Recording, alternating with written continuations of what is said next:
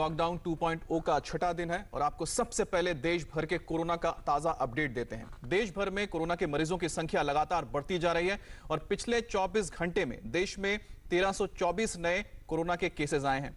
इसके बाद देश में कुल मरीजों की संख्या बढ़कर 16,116 हो गई है और इनमें से अब तक 519 लोगों की मौत हो चुकी है। साथ ही आपको ये भी बता दें कि राहत की खबर भी इस बीच मिल रही है और खबर ये है कि अब तक 2302 मरीज रिकवर भी हुए हैं। महाराष्ट्र में सबसे ज्यादा 552 मरीज सामने आए हैं, जबकि दिल्ली में 110 नए मामले भी कोरोना के सामने आए हैं।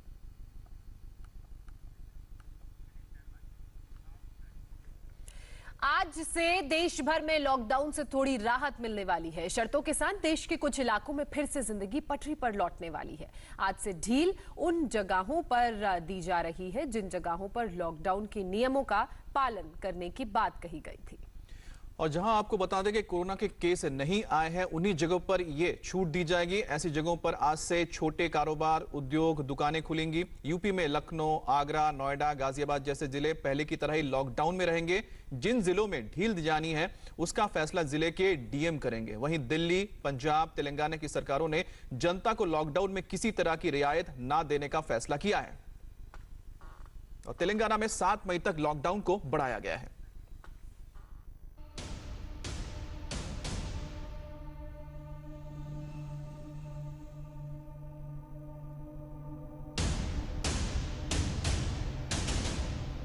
सत्ताईस दिन के सख्त लॉकडाउन के बाद आज से नई शुरुआत। लॉकडाउन में आज से नरमी लेकिन शर्तें लागू। लॉकडाउन का सख्त दौर आज से खत्म। आज से कुछ जगहों पर खुलेगा ताला, कुछ जगहों पर रीस्टार्ट होगी जिंदगी।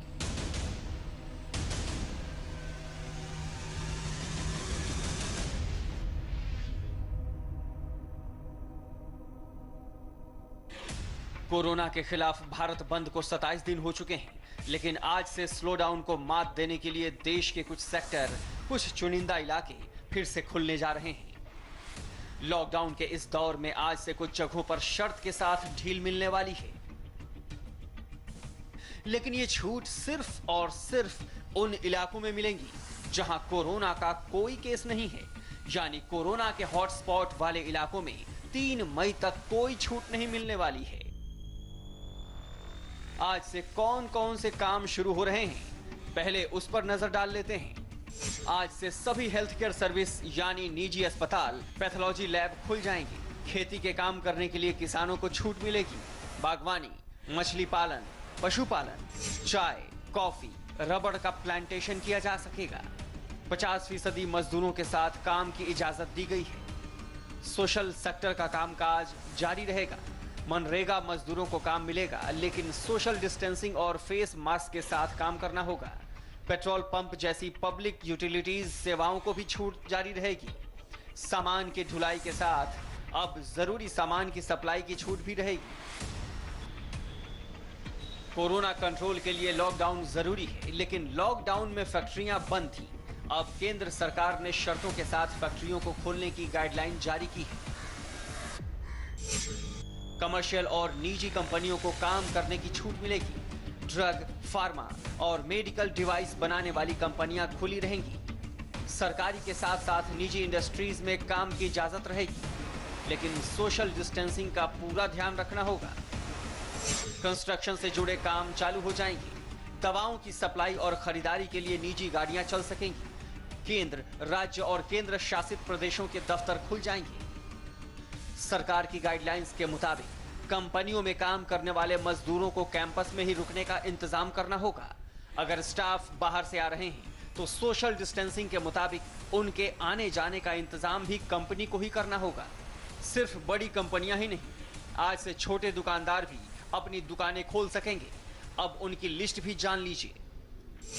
फल सब्जी के ठेले, साफ सफाई का सामान बेचने वाली दुकानें, किराना और राशन की दुकानें, electrician, IT repairs, plumber, motor mechanic, carpenter यानी बढ़ई, कुरियर, डीटीएच और केबल सर्विस को फिर से शुरू करने को हरी झंडी दे दी गई है। ट्रक रिपेयर के लिए हाईवे पर दुकानें और ढाबे खुलेंगे। राज्य सरकारों की जिम्मेदारी होगी कि इन जगहों पर सोशल डिस्टेंसिंग का पालन हो। जहां पर भी हम साथ में सेलेक्टिव रिलैक्सेशन देंगे, यानी कि इन कंटेनमेंट जोन से बाहर का एरिया, वहां पर भी स्टेट्स और डिस्ट्रिक्ट्स को इंश्योर करना है कि जो एग्जिस्टिंग लॉकडाउन से संबंधित मेजर्स हैं उनका स्ट्रिक्ट कंप्लायंस हो। ऑफिसेज, वर्क प्लेसेज, फैक्ट्रीज और एस्टेब्लिशमेंट हैं, वहां पर सोशल डिस्टेंसिंग से रिलेटेड एसओपीज और उससे रिलेटेड प्रिपरेटरी एक्शन लिए जा चुके हों। आज से ई कॉमर्स कंपनियों को भी गैर जरूरी सामान बेचने की इजाजत मिलने वाली थी, लेकिन कल इस पर बड़ा फैसला हुआ और ई कॉमर्स कंपनियों को गैर जरूरी चीजों की बिक्री पर छूट नहीं मिली। अब ई कॉमर्स कंपनियां पहले की तरह सिर्फ जरूरी सामान ही बेच सकेंगी।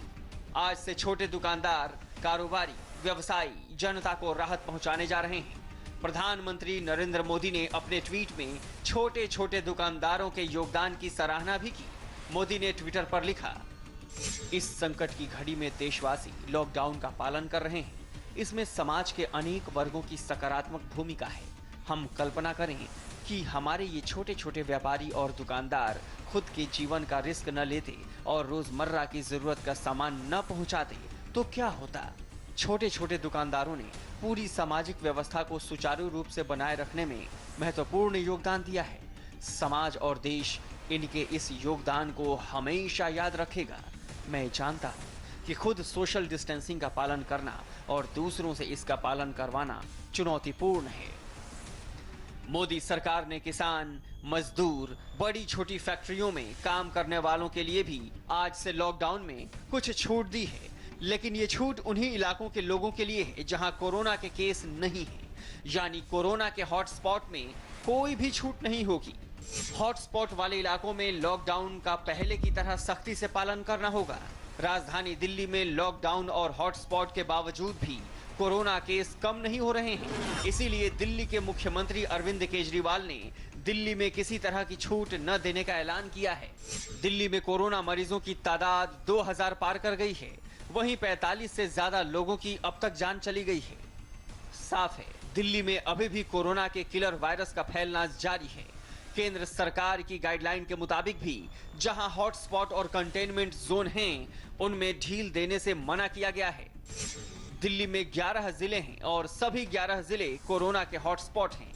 दिल्ली में अभी 79 कंटेनमेंट जोन हैं। कोरोना होगा कि नहीं होगा, ये आपके ऊपर निर्भर करता है। अपने को बचा के रखोगे तो कोरोना नहीं होगा, और ढील दे दोगे तो कोई नहीं बचा सकता। और अगर किसी के मन में ये हो ना कि मेरे को तो कोरोना नहीं होगा, ये भूल जाओ। दिल्ली की ही तरह तेलंगाना सरकार ने भी बेहद सख्ती दिखाई है। मुख्यमंत्री के